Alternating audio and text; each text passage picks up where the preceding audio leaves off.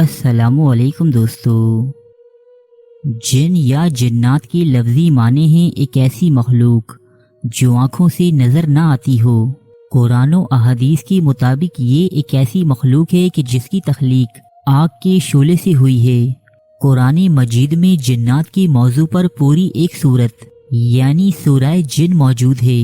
اس کے علاوہ حضور اکرم صلی اللہ علیہ وآلہ وسلم سمیت دیگر بہت سے انبیاء علیہم السلام کے ساتھ جنات کے روابط پر بہت سے واقعات قرآن و احادیث میں درج ہیں۔ دوستو، جنات آج بھی اس دنیا میں موجود ہیں اور بعض روایات کے مطابق ان کی آبادیاں انسانوں اور دیگر انواع کے مقابلے میں کہیں زیادہ ہیں۔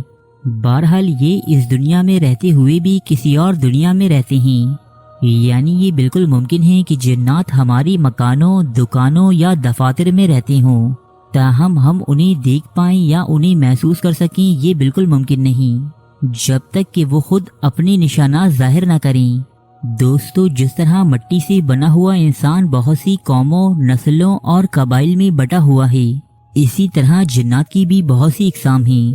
ہماری آج کی ویڈیو کا تعلق بھی جنات کی ایک قسم سالس سے ہے، جو جنوں کی طاقتور اقسام میں سے ایک ہے۔ دوستو، طاقتور سے مراد یہ نہیں کہ جنات کی یہ قسم بہت ہی زیادہ دیوہیکل یا قوی ہوتی ہے، بلکہ یہ دنیا کے سب سے شاطر جنات کہلاتے ہیں جو دھوکہ، فریب اور مکر کرنے میں انتہائی مہارت رکھتے ہیں۔ جنات کی یہ قسم بہت ہی زیادہ تیز رفتار ہوتی ہے اور پلک جھپکنے جتنے وقت میں بڑے بڑے کام انجام دے سکتی ہے۔ اس کے علاوہ سالت اپنا من پسند روپ اختیار کرنے میں بھی بہت ماہر ہوتے ہیں۔ سالت نامی جنات کی یہ قسم جن عورتوں یعنی فیمیلز پر مشتمل ہوتی ہے۔ یہ اکثر و بیشتر حسین و جمیل عورتوں کا روپ اختیار کر کے ہوس پرست مردوں کو ورغلاتی ہیں اور انہیں اپنے قابو میں کر لیتی ہیں۔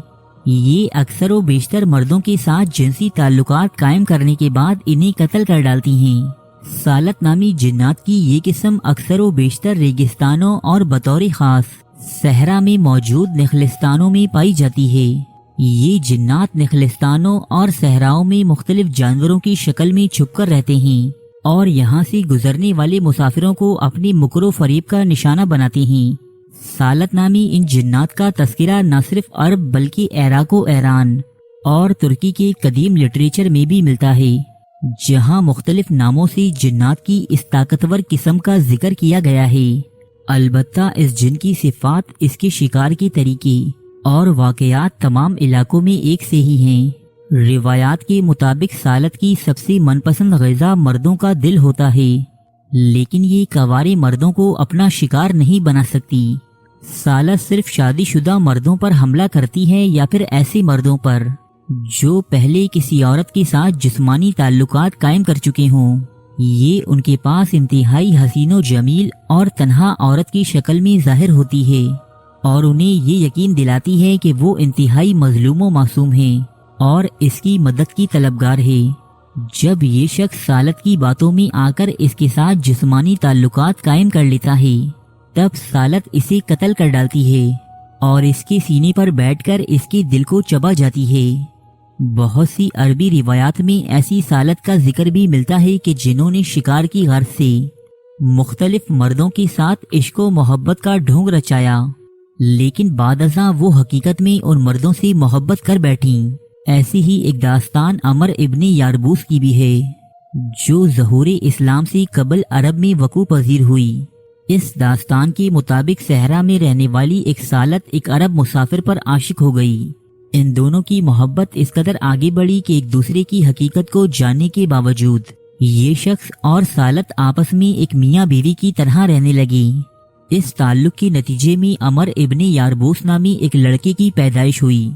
زندگی آرام و سکون سے گزر رہی تھی کہ ایک دن سالت کا قبیلہ اس جگہ سے گزرا اور وہ زبردستی اسے اپنے ساتھ لے گئی، لیکن سالت کا بیٹا عمر ابن یاربوس انسانوں میں ہی پلا بڑھا۔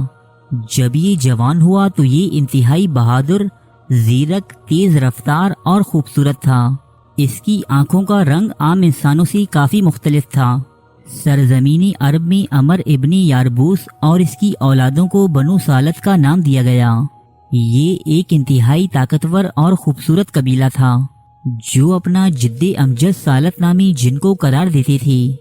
یہ قبیلہ دور حاضر میں تو موجود نہیں، تاہم اس کا ذکر عرب کی بہت سی قدیم تاریخی کتابوں میں آج بھی درج ہے، اور آج بھی سرزمین عرب سمیت مشرقی وسطیٰ کے دیگر ممالک میں ایسے بہت سے لوگ پائے جاتے ہیں جو اپنا رشتہ یا حسب نسب بنو سالت نامی اس قبیلے سے جوڑتے ہیں۔